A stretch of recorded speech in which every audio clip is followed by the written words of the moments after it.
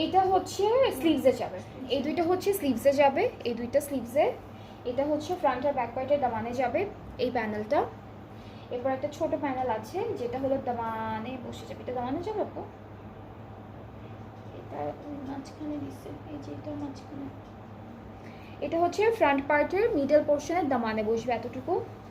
এরপরে হচ্ছে আমাদের একটা লেস আছে, সেটা হচ্ছে স্লিভসেও দিয়েছে দামানেও দিয়েছে এই লেসটা।